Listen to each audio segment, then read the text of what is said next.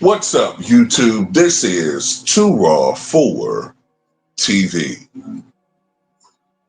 All right, so yesterday, of course, was Game 4 of the 2025 NBA Finals between the Indiana Pacers and the Oklahoma City Thunder. This is going to be a historic finals, one way or the other.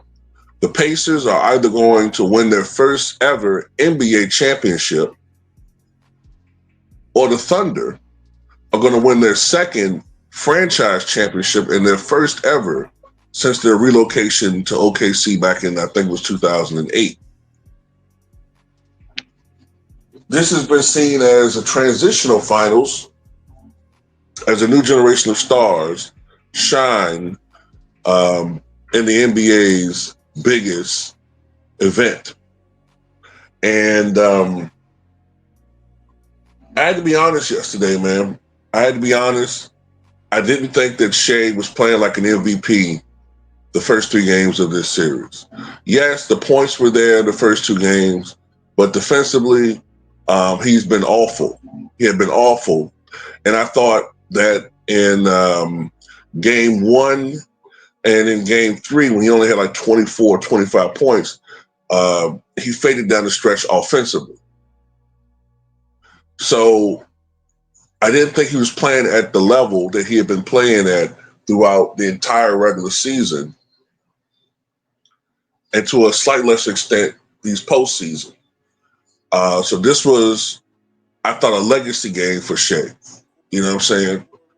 It's interesting how people have very short memories. You know, it's like the whole fucking season, I've been uploading videos bigging up the Thunder, right?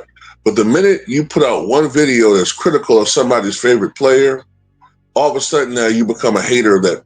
I really despise the low IQ average casual fan or the low IQ super partisan fan today. You know what I'm saying? They're not really a fan of basketball. They're not even a fan of a team. They're just a fan of a particular player. You know what I'm saying?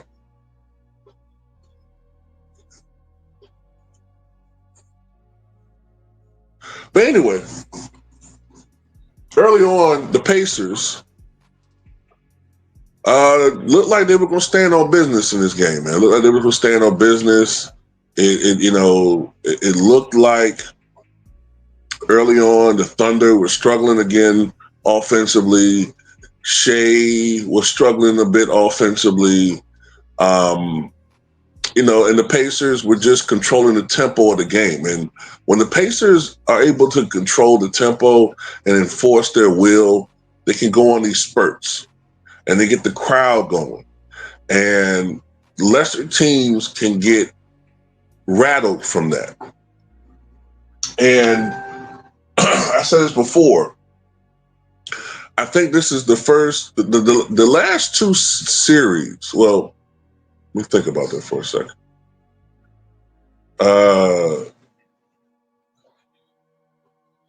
Not the last 2, but I would say since the first round of these playoffs, the Thunder have been tested more often, especially against the Nuggets and now the Pacers, because the Pacers, to me, I think they're a great team, man. Even if they don't win a championship, I think the future is bright for the Indiana Pacers. Nobody predicted they were going to go to the finals except for me. But of course, when you're a nigga like me, you don't get credit for nothing. But people love to blame you or point out when you're wrong. That's just how it goes in these YouTube realm. You know what I'm saying? But anyway,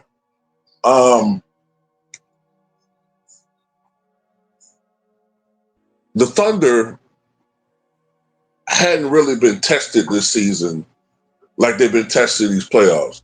And for the most part, the Thunder have answered the call. Because people got to remember, the Thunder are still, I believe, the youngest team in the NBA, or one of the youngest teams in the NBA. And if they win the championship,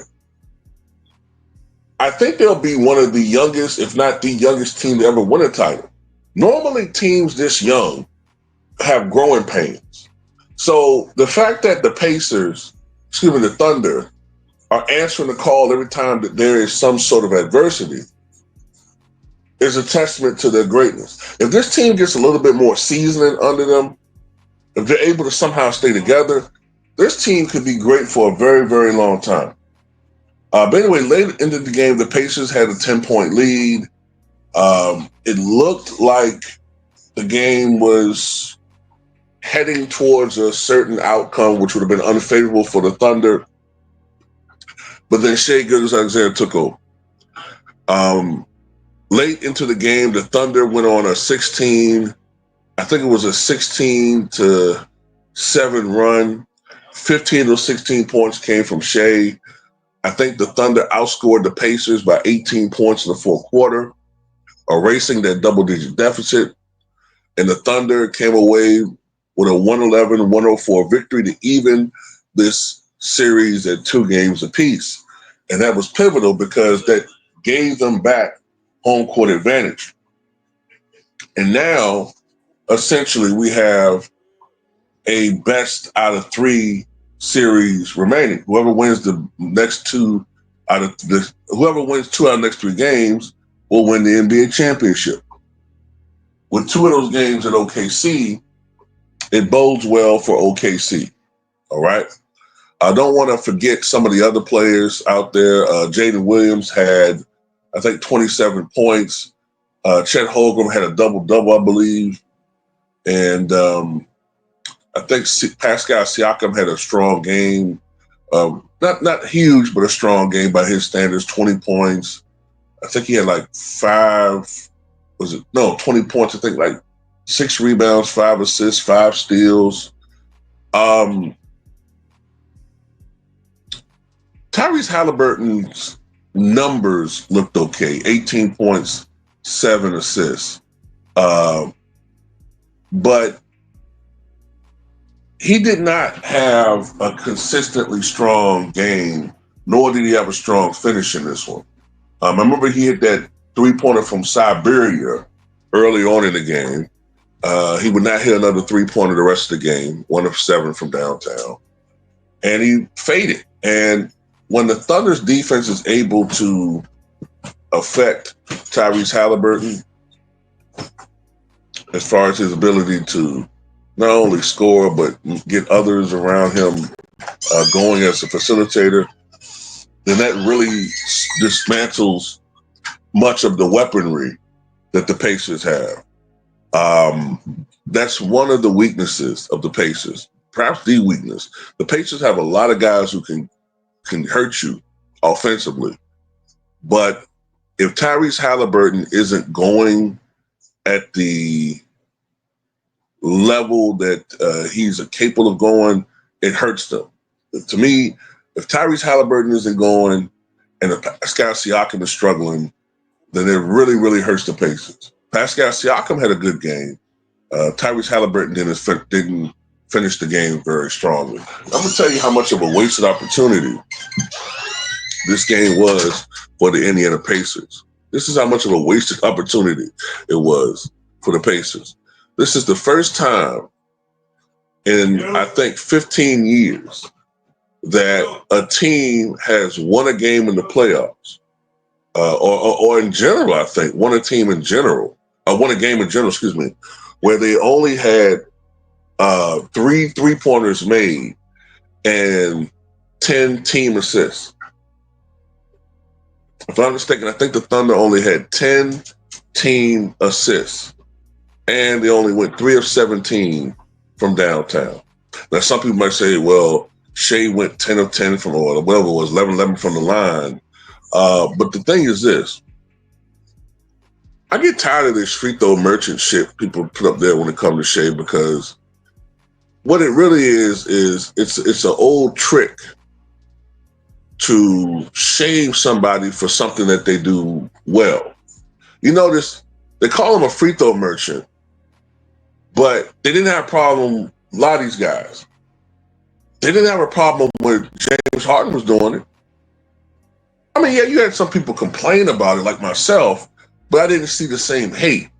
Is it because everybody know that James Harden is really a crash dummy who you can't really depend on when it goes down to the wire, but Shai can, so therefore you're attacking him for shit that you gave James Harden passes for? Also, Shai has never led the NBA in free throw attempts or free throw attempts per game. I didn't hear this crash test dummy shit when it comes to Giannis. Oh, I know why. Because Giannis doesn't shoot free throws well. So you're not really caring about the fact that he might attempt 17 free throws if he's only knocking down 8. But because Shai shoots at an 87 to 90% clip, and that's a huge weapon that he has, the ability to draw fouls and get to the free throw line, now all of a sudden it's a problem. Because if I think about it, I said it before and I'll say it again, all of the great scorers, especially perimeter scorers, but in history scorers, most of them had the ability to get to the line.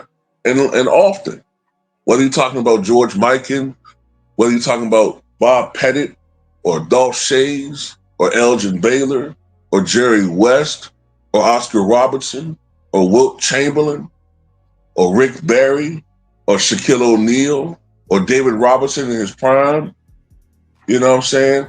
Michael Jordan, Dominique Wilkins, Kobe Bryant, LeBron James when he was younger. All of them. Karl Malone. Look at them. Charles Barkley in his prime. They all had an ability to get to the free throw line.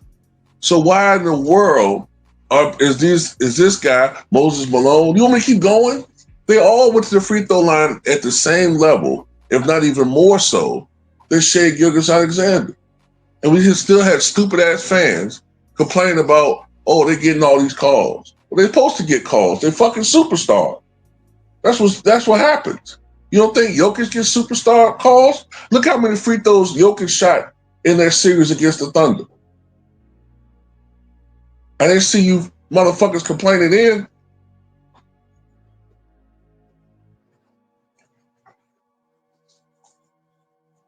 So anyway, now that the Thunder have won this game, I gotta favor them again. I gotta put the favor back on them as far as winning this series. I think it's gonna be Thunder in 7. That was my original prediction. I should have stuck with it, but I wavered a little bit because I do think the Pacers are a really good team. Now, if the Pacers somehow win Game 5 at Thunder, I don't know.